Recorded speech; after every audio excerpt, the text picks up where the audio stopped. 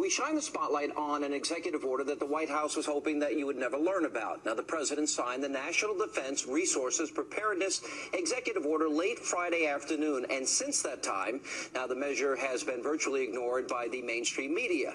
Now, the order essentially gives the president of the United States absolute power over any and all American resources during both times of peace and national crisis.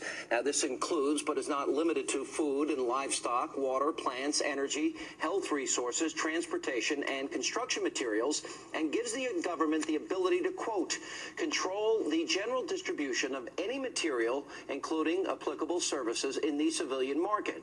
Now, White House Press Secretary Jay Carney laughed off a question about the document at today's briefing. Let's take a look.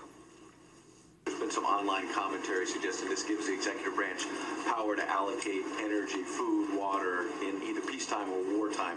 And there are some conservative blogs that are pushing the notion that this suggests the White House is preparing for a war with Iran. Can you explain what this executive order was? Well, I cannot explain that reaction to it. I think it was a fairly standard and routine piece of business. Now, not everybody's laughing about this executive order. In fact, some have suggested this would give the president of the United States the authority to declare basically martial law during times of peace. And to be sure, this is simply the latest string of actions taken by the administration that ignore the basic principles of our Constitution. Joining me now in tonight's edition of The Real Obama, Jay Sekulow from the American Center for Law and Justice, and Fox News contributor Lanny Davis. Guys, welcome back. I'm laughing about it, Sean. How are you? All right, good. Well, let's give a little history here. Jay, we'll start with you because this was actually signed, or similar National Defense Resources Preparedness by Bill Clinton. You have similar executive orders signed by Dwight Eisenhower, George W. Bush. But there are some things that changed in this that I think has brought, legitimate criticism and concern. Can you go through that? I think you're absolutely right. The idea of this act is nothing new. Presidents have had this since the 1950s. But what is different about this one, different than any of the other one, is the definition of national defense. It's incorporated what's called the Stafford Act. I don't want to get overly technical, but this gives the president much broader authority than any of the previous acts. In fact, and Lanny may remember this, the previous acts didn't give incorporation of the Stafford Act, which is a civilian civil situation where the president would have unlimited authority, subject, of course, to checks and balances. And we can't ignore checks and balances here. But the definition of national defense is broader than it has ever been under any of these previous executive orders. And I think that's the most significant aspect of this. And by the way, president's getting flack from the left and the right. The left said this is preparation for the war in Iran. That's why the president's doing this, a potential war with Iran, and the concern about the energy resources of our country. And, of course, conservatives are saying this is unchecked power. Yep. There's a balance here, but the one thing that's very different, Sean, is the fact that the national defense definition is different than it has ever been and much broader than it's ever been. Lenny, with this very specific section, and Jay, correct me if I'm wrong, is 801J, if I recall. J, right. That's correct. Why would the president change that definition? And, Lanny, you're an expert in media. Nobody is as good as you. If you want to release something that you don't want people to find and you're in the White House, when do you release it? Late on a Friday afternoon, hoping nobody pays attention to it. Why would they release it? I used to release things at 10 o'clock on July 3rd. That was a really good... Yeah, that's a good time. I got it. Nice to hear you, Jay, being your scholarly self. And I want to compliment Sean Hannity for the first time in a long time of not being slanted and describing this as a bipartisan act that actually goes back to Franklin Roosevelt, Jay, and through Harry Truman, not just the 1950s. But he changed it. But, Lanny, we got to that part. You're wasting some valuable airtime.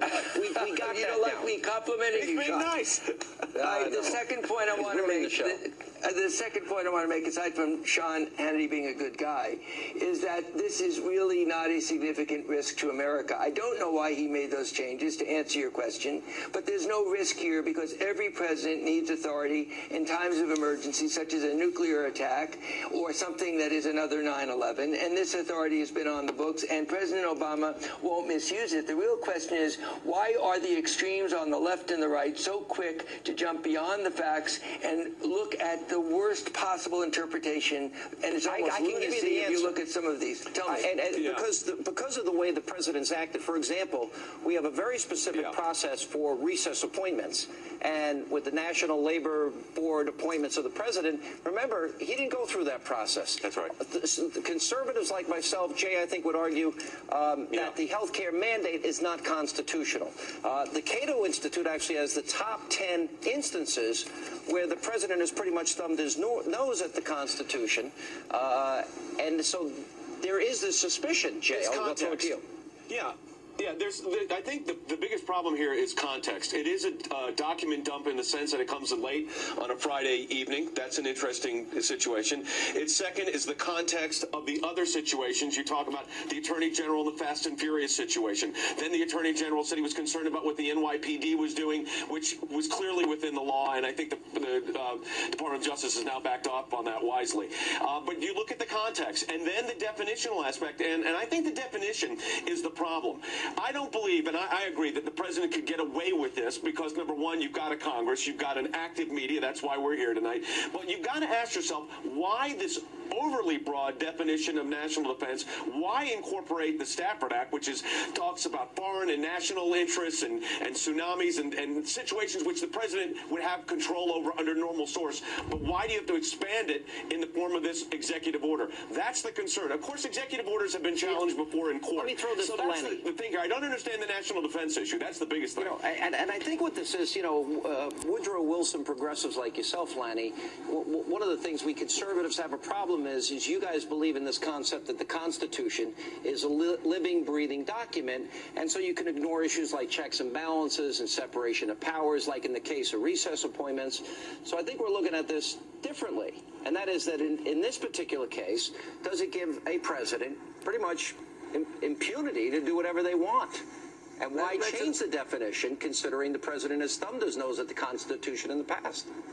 First of all, my point of view is he hasn't thumbed his nose, and if the Affordable Care Act is unconstitutional, let the Supreme Court decide that, not Jay and Mr. Justice Hannity. But most importantly, this is more reflective of the paranoia on the left and the right that's going on in America and polarizing this country so badly. Jay and I, as Jay is a conservative and myself as a liberal, are able to exchange views in a civil way with Sean Hannity as a civil moderator. What's going on the Twitter and the internet is lunacy. If you read some of these comments, it's not Jay analyzing this calmly. It's complete why are we lunacy. attacking people that have and a different nobody is view? mentioning Ronald Reagan, and I'm only saying that it's the extreme interpretation that causes the polarization in this country, Sean. And the president has never contributed to this by saying Republicans want dirty air and water and want kids with autism, Down syndrome fending for themselves. He's never contributed to this at all. I don't like rhetoric. I don't like the extreme rhetoric. Sometimes I think the president has gone too far, and so has the Republican Congress. And when there was a Republican president, there were recess appointments, guys. So let's be even. Not recess appointments while they were in session. That never happened until Obama. This session was one senator holding the floor. This session was one senator holding the floor, and that was an abuse of the Constitution says recess appointments only when they're in recess, though, and they're not in recess. With one senator coming up, is it possible that the president